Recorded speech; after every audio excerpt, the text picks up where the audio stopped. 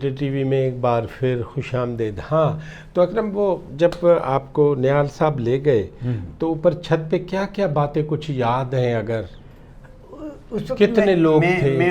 لوگ میرے خیال میں 15-20 لوگ تھے، اور سب اسٹوڈنٹ لیڈر تھے، مختلف یونٹوں سے آئے ہوئے تھے. تو اس میں وہ اسٹوڈنٹس کے پرابلمس پہ اور اس پہ بات ہو رہی تھی، ہم کیسے بنائیں، کیسے یونٹ قائم کریں، کہاں کا یونٹ نہیں ہے، وہ اپنی اپنی باتیں کریں. تو میں تو بالکل فرسٹ ٹائم گیا تھا اور اسکول سے تھا، تو مجھے تو وہیں پہ انہوں نے کہا کہ بھائی یہ آئے ہیں اور بہت اچھا ہے. اور مجھے میرے خیال میں اس زمانے کیا کہلاتا تھا وہ، میں کہا ڈپٹی یونٹ سیکرٹری یا وائس یونٹ سیکرٹری اسکول کا ایک لڑکا وہاں پہ ہوتا تھا یونٹ سیکرٹری، اس کا مجھے انہوں نے میرے خیال میں اسسٹنٹ یا ڈپٹی بنایا کہ ابھی آپ آ گئے، آپ کو ہم این ایس ایف میں شامل کرتے ہیں اور آپ بن جائیں. ٹھیک ہے. اچھا یہ سمجھیے یہ میرا لیفٹ کی طرف کا اور پھر میں وہاں سے جب نکلا میٹنگ ختم کر کے، تو ہم وہاں سے پیدل کافی دور، ہم یہ 4 نمبر میں میٹنگ تھی، 1 نمبر میں اور 4 نمبر کے بیچ میں بازار جو ہے مین اس پہ، تو وہاں سے ہم نکلے. تو مجھے یاد ہے تو میں اور میرے ساتھ وہاں پہلی مرتبہ ملاقات ہوئی ہمارے کامریڈ جو آج بہت بڑے نامور صحافی بھی ہیں اور بڑا نام انہوں نے کمایا ہے، اور اب وہ کراچی سے، ان کے والد بھی بہت بڑے انقلابی تھے اور نیب کے لیڈر تھے. تو رشید صاحب ان کے صاحبزادے تھے جو ابھی پنجاب میں بہت بڑے صحافی ہیں، انجم رشید، جو پروگرام بھی کرتے ہیں، اینکر بھی ہیں اور جنگ کے لیڈر بھی رہے لاہور کے. انجم رشید میرے ساتھ، میں اور انجم رشید وہاں سے واک کرتے ہوئے گھر تک آئے، اور انجم نے مجھے پہلی کتاب ماں دی. اچھا، میکسم ماں میں نے انجم سے لی، اور ماں رات کو میں نے ختم کیا آنے کے بعد. اور میں بڑا ہی مطلب جسے کہتے ہیں نا اس کے پڑھنے کے بعد اور اس رات کو بڑا ہی میں رہا، جسے کہتے ہیں اس میں شامل، دماغ پہ میرے رہا انقلاب اور انقلابی جدوجہد، اور یعنی یہ میرے اس پہ چھائی رہی. تو یہ سفر ہے سمجھ لیجئے کہ لیفٹ کی طرف جو میرا سفر. نہیں، آپ چھت پہ بیٹھے انجم رشید سے پیدل چلے، وہ سب تو ٹھیک ہے، آپ کو کتاب بھی دیا، ابھی آپ نے کتاب پڑھا، مطلب آپ کو روشن خیال شخص بنانے کے لیے وہ کتابیں پڑھاتے تھے، پھر کچھ خواب دکھائے؟ خواب تو اتنے خواب کہ میں یقین کریں میں 2-3 دفعہ بڑا مایوس ہوا، مطلب مایوس ان اے سینس کہ انہوں نے کہا بھی جلسہ ہے کل، فرض کریں ڈی ایم سی میں جلسہ ہے، تو میں رات بھر تیاری کرتا، میں اسکول کا بچہ تھا، میں رات بھر تیاری کرتا رہا اپنی تقریر کی، اور میں سمجھ رہا تھا کہ اس زمانے میں ٹی وی پہ آگے پیچھے بھٹو صاحب کو بڑے بڑے جلسے ہم دیکھتے ہیں، ہم بڑا جلسہ. اب وہاں گئے تو کینٹین میں ڈی ایم سی کی کوئی 50, 40, 30 لوگ 20 لوگ تھے، اور اس تو بڑی ہوتی تھی کہ یار ہم انقلابی ہیں، سچے ہیں، ہم مزدوروں کسانوں کی حمایت کرتے ہیں، تو یہ مزدور کسان جو ہے وہ آتے کیوں نہیں مطلب ہمارے ساتھ جس طرح جب ہم ان کی بات کر رہے. تو یہ ایک ہوتا تھا، لیکن خواب تو یہ تھے، اور خواب تو آج بھی جاری ہیں، خواب تو آج بھی دیکھتے ہیں اسی سفر کے، اسی سفر. ابھی آپ ہائی اسکول چھوڑا، میٹرک کب کیا؟ میرے خیال میں 71 یا 72 میں. ٹھیک ہے. اور 72 کے بعد آپ پھر گئے جامعہ ملیہ کالج، جامعہ ملیہ ملیر. ٹھیک ہے. تو انٹرمیڈیٹ وہاں کیا؟ وہاں سے میں نے گریجویشن کی، بی اے کیا. ٹھیک ہے. پھر آپ ماسٹرز کے لیے گئے کراچی یونیورسٹی. اب کراچی یونیورسٹی کا کینواس واقعی بڑا تھا؟ ہاں بہت بڑا تھا. ہاں بہت بڑا کینوس تھا، اور ہم یونیورسٹی ویسے جاتے، رابطہ تو ہمارا یونیورسٹی میں پورے 4 سال میں تھا، اور ان سے مطلب طالب علموں سے رابطہ بھی تھا، ادھر مزدوروں سے رابطہ بھی تھا، اور میں لانڈی اور حسین ٹیکسٹائل، آدم جی اور یہ داؤد، اس کی گیٹ کی میٹنگ بھی کرتا تھا، گیٹ پہ تقریر پکڑا بھی گیا میں وہاں سے لانڈی سے کئی دفعہ وہ پولیس لے کے جاتی تھی اٹھا کے، ہم مزدوروں کی حمایت میں جلوس کر نکالتے تھے. اس زمانے میں بنیادی طور پہ اگر آپ دیکھیں تو ہم پیپلز پارٹی کے ساتھ نہیں تھے، ہم تو لیفٹ کے لوگ تھے نا. تو پیپلز پارٹی کے ساتھ تھوڑا سا ہمارا جو تعلق بنا نا، وہ بنا جب بھٹو صاحب اریسٹ ہو گئے. وہ تو 77 میں نا؟ ہاں، جب یا پہلے؟ نہیں اسی وقت 77 میں جب گورنمنٹ ختم ہوئی، ضیاء الحق کی گورنمنٹ پکڑا گیا. ہاں. اور پکڑنے کے بعد جب یہ شروع ہوا ٹرائل، تو اس پہ معراج محمد خان نے یہ اسٹینڈ لیا کہ اب بھٹو مظلوم ہیں اور ہمیں ان کا ساتھ دینا چاہیے. اچھا، معراج صاحب کی بات آئی سامنے، آپ این ایس ایف میں تھے تو این ایس ایف یونائٹڈ تھی اس زمانے میں، جب میں شامل ہوا تھا یونائٹڈ تھی. ٹھیک ہے، بالکل. اور پھر یہ ٹوٹی کب یا حصے کب ہوئے؟ یہ حصے تو ویسے تو وقت وقت کے ساتھ ہوتے رہے. ایک زمانے میں جب یونائٹڈ سے پہلے کاظمی گروپ الگ ہوا تھا، امیر حیدر کاظمی، جو وہ ہوئے تھے روس کے مسئلے پہ، وہ روسی گروپ میں چلے گئے تھے. یہ روس اور چین کیا مسئلہ ہے؟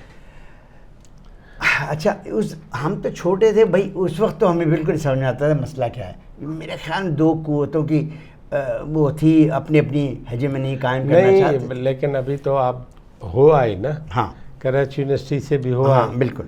ٹھیک ہے، اب تم سمجھ سکتے ہیں. اب وہ تھا کیا؟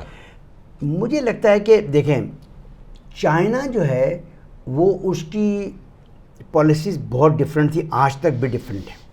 میرا یہ خیال ہے کہ چائنا نے جو شروع سے ایک لائن ڈرا کی اور اس پہ چلا، جس کی وجہ سے آج تک وہ قائم ہے، آپ کے سامنے ہے اور بڑا ہی اچھے طریقے سے. جبکہ اس کے مقابلے میں روس نے جو اپنے آپ کو اسٹیبلش نہیں کیا اپنے ملک کے اندر بھی، اور وہ انہوں نے ایکسپینشن شروع کری، ادھر ادھر قبضے کیے اور اپنا بلاک بنایا. اس پورے بلاک کو چینی جو تھے، ہم جو زمانے میں روسی سوشل سامراج کہتے تھے کہ یہ ایک سامراجی قدم ہے، آپ کا مختلف ملکوں پہ قبضے کرنا، اپنے نظام کو، اپنی سوچ کو ایکسپورٹ کرنا وغیرہ وغیرہ، وہاں لوکل انقلاب. مجھے ایک بات بتائیں نا، ابھی تو آپ کو معلوم ہے روس یہ وہ سر، کسی بھی لٹریچر میں ہمیں چائنا یا کامریڈ ماؤ زی تنگ کی طرف سے روسی سوشل سامراج لکھا ہوا نہیں ہے. اس زمانے ہم تو پیمفلٹ چھاپتے تھے، یہاں تو بہت زمانہ. میں وہی تو کہہ رہا ہوں. ہاں، جناب ماؤ زی تنگ کی جو ڈیٹ ہے ہاں، وہ نومبر 1976 ہے. جی جی، ٹھیک ہے. جی ہاں.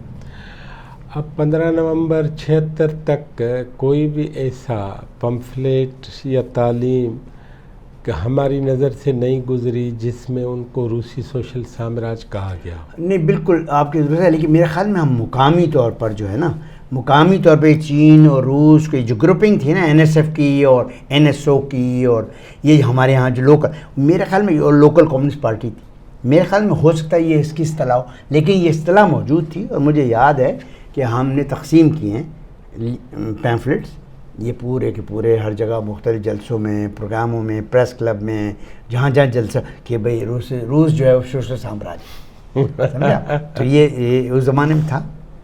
ابھی آپ سوشل سامراج کے خلاف چلتے چلتے چلتے کراچی یونیورسٹی جب پہنچتے ہیں، جی جی، تو میرا ایک سوال ہے، میں سب سے پوچھتا ہوں جو کراچی یونیورسٹی سے فارغ التحصیل ہے، وہ سوال یہ ہے کہ آپ بھی بتائیں اکرم کہ کراچی اس ملک کا سب سے بڑا شہر تھا اور اس کو 10 سال دارالحکومت رہنے کا بھی شرف حاصل ہوا. بالکل. اور جو اردو اسپیکنگ ہندوستان سے ہجرت کر کے آئے اور یہاں پناہ لئی، تو انہوں نے بھی یہ کہا کہ ہم زیادہ پڑھے لکھے ہیں. ٹھیک ہے، تو پڑھے لکھوں کا ثمر مجھے اس طرح کا کیسے ملتا ہے کراچی یونیورسٹی سے لے کے باقی جو کراچی کے کالجز ہیں، اس میں جمعیت پیش ہے، روشن خیال پیچھے ہیں، یہ کیا ماجرا ہے؟ دیکھیں، اس کے اندر جو جو کراچی، میرا خیال میں کراچی شہر کی بدنصیبی اس وقت شروع ہوئی جب آپ نے اسے کیپٹل نہیں رہنے دیا. اصل میں یہ ایک سازش تھی، دیکھیں آج تک ہم اس کو بھگت رہے ہیں. کراچی کو جو ہے وہ کہ جو کیپٹل کی حیثیت تھی نا اسے قائم رکھنا چاہیے تھا. اور آج بھی میں کہتا ہوں، آج بھی تمام پارٹیوں سے متعلقہ پارٹیوں سے بات چیت کے بعد، تمام جو ریلیونٹ لوگ ہیں ان سے بات چیت کے بعد اسے ایک کو کیپٹل کی حیثیت حاصل ہونی چاہیے. کیونکہ یہ شہر اصل میں منی پاکستان تو کراچی ہے. اب اس کے خلاف یہ ہوا کہ اس کو اٹھا کے آپ نے پہلے بنایا کیپٹل اور اس کے بعد اس سے آج نہ یہ سندھ میں لگتا ہے نہ ہی باہر لگتا ہے. اس کے وجہ سے عجیب و غریب. اور پھر وہ یہ بات آپ کی درست ہے کہ یہ ہم نے بہت ہی غلط کیا.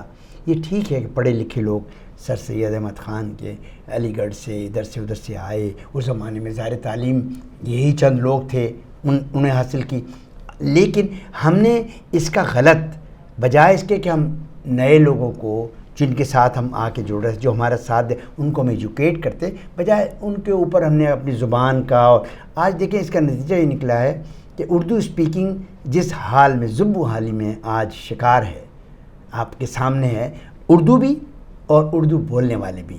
اس کی بنیادی وجہ یہ ہے کہ آپ نے غلط طریقے سے، ایون ہندوستان میں بھی ہمارے ساتھ یہ ہوا ہے، ہندوستان میں بھی ہم نے اپنی اردو زبان کو مسلمانوں کی زبان قرار دے دیا. یہاں ہم نے اپنی اردو زبان کو ہندوستان سے آئے ہوئے لوگوں کی زبان قرار دے دی. تو بالکل غلط بات ہے.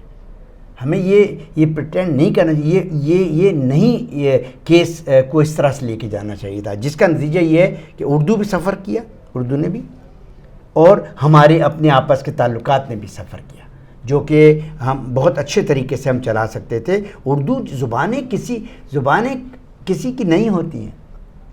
لوگ سیکھتے ہیں. اردو کے سارے شاعر پنجابی ہیں اور پٹھان ہیں. مطلب اردو بنیادی یہ اردو والوں کو پتہ ہے. ہاں، اردو والوں کو پتہ ہونا چاہیے. انہیں معلوم نہیں ہے. اب پتہ چلا ہے. اچھا جی فیض پنجابی تھے. اچھا، اور یہ فیض نے پنجابی کیوں نہیں؟ آج بہت بڑا فساد ہے کہ فیض نے پنجابی کیوں نہیں لکھی. پہلے تو انہیں پتہ ہی تھا، اور ابھی تک احمد فراز کے بارے میں کسی کو نہیں پتہ کہ وہ پٹھان تھا. جب انہیں پتہ چلے گا لوگوں کو کہ وہ پٹھان تھا تو کہیں گے پشتو میں کیوں نہیں لکھا. تو یہ ہے، یہ ہمارے یہاں ٹریجڈی کہنا چاہیے رہی ہے، جس نے بہت غلط قسم سے جو ہے ہماری دھرتی کو تقسیم کیا. اور اس کی وجہ سے ہم نے صرف آپ دیکھیے ایک جو اور بہت بڑی مجھے جو برا لگتا ہے وہ یہ کہ میں سمجھتا ہوں کہ اردو بولنے والے اور پنجابی بولنے والے، پنجاب اور ان لوگوں نے، ان دونوں نے مل کر کے تمام صوبوں کو نیگلیکٹ کیا. ناظرین، ایک چھوٹے سے وقفے کے بعد ہماری باتیں پھر جاری رہیں گی. جناب اکرم قائم خانی سے ہمارے ساتھ رہیے گا. اور ابھی باتیں بہت ہی سینسیٹیو مرحلے میں داخل ہونے والی ہیں. ہماری بڑی لڑائی ہوگی، بڑی تگ و دو، بڑے دلائل دیے جائیں گے دونوں اطراف سے، اور ہمیں امید ہے کہ ہم ہی جیت جائیں گے. لیکن کیا پتہ ہم میں وہ دلائل کی کمی ہو تو یہ جیت جائیں. ہمیں دیکھتے رہیے وقفے کے بعد.